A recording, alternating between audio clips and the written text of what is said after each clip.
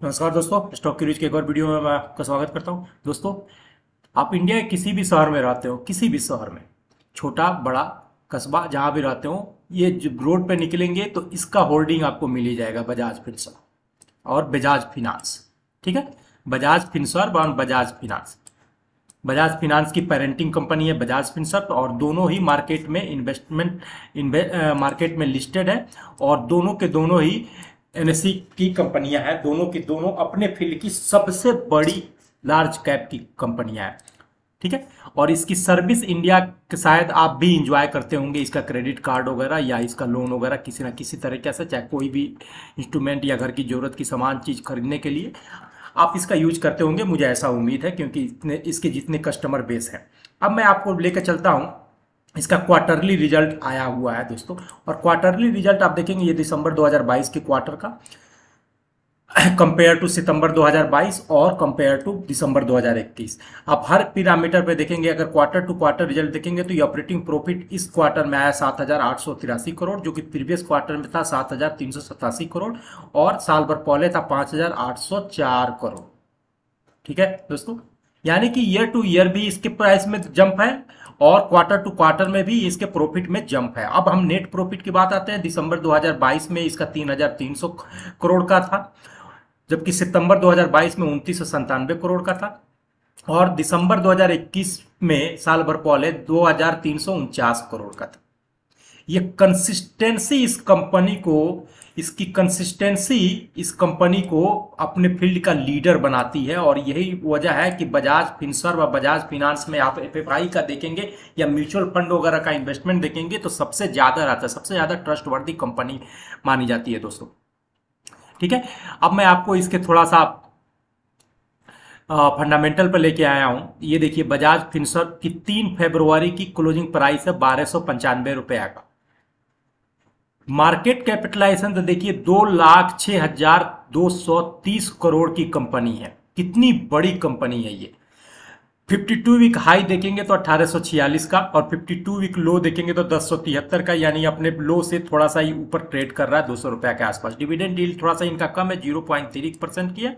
Face value 1 का है। Industry का पीई जो है 25.4 है। स्टॉक का पीई 34.4 है। कोई बहुत ज्यादा महंगा नहीं है, क्योंकि क्वालिटी वाली इतनी कंपनी है कि थोड़ी सी महंगा मिलेगा ही मिलेगा आपको। बुक वैल्यू इनका 267 रुपया का है। दो बेहतरीन पैरामीटर स्टॉक सिलेक्शन करने का, आरओसी 11.4 है और आरओई जो है 12 है।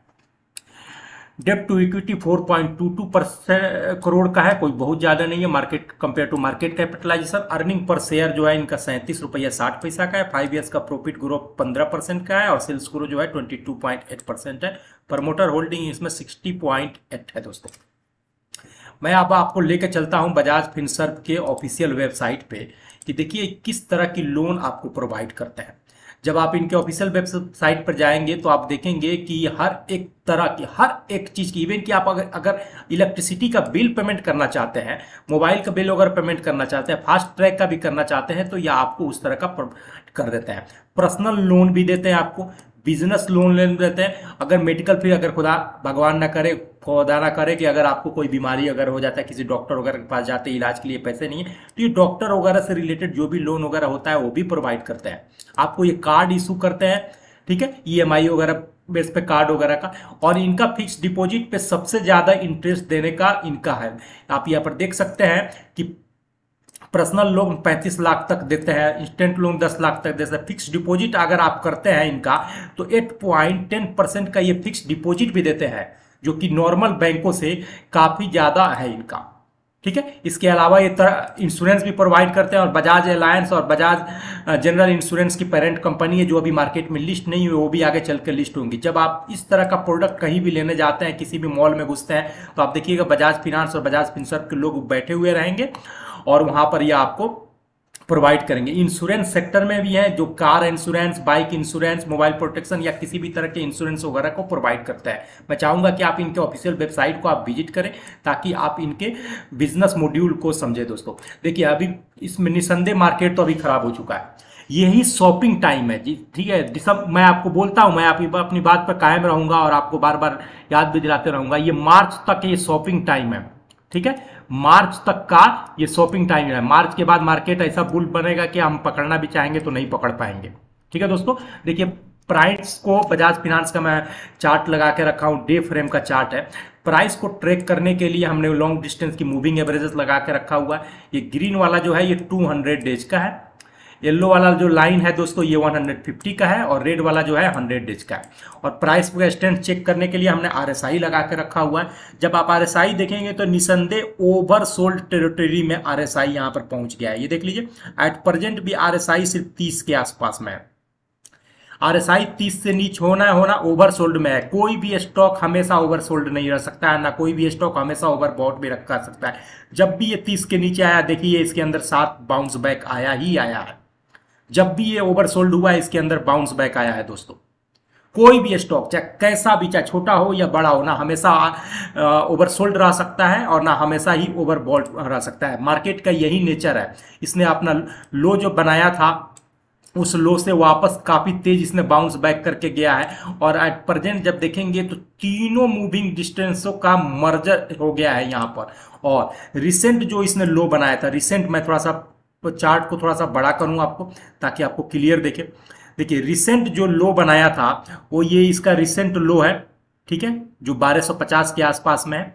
और वहां से ये शेयर आप देखेंगे आरएसआई भी वहां से मूव करता हुआ दिख रहा है, ये दिख रहा है आरएसआई भी अप साइड की तरफ मूव करता हुआ डायरेक्शन इसका नजर आ रहा है। और लास्ट के 2 दिन से ही लगभग ये अपना 65 रुपया के प्राइस को इसने क्लोज किया हुआ है, लगभग 65 रुपया के प्राइस को क्लोज किया है। और आज का अगर हम देखेंगे तो दोस्तों आज भी इसके अंदर तेजी है। और कितने परसेंट की तेजी है मैं जरा आपको एक बार दिखा दूं।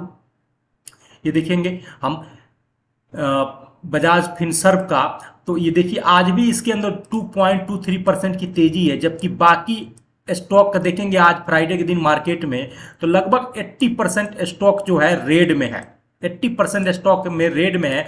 लेकिन इसके अंदर 2.28% की तेजी है।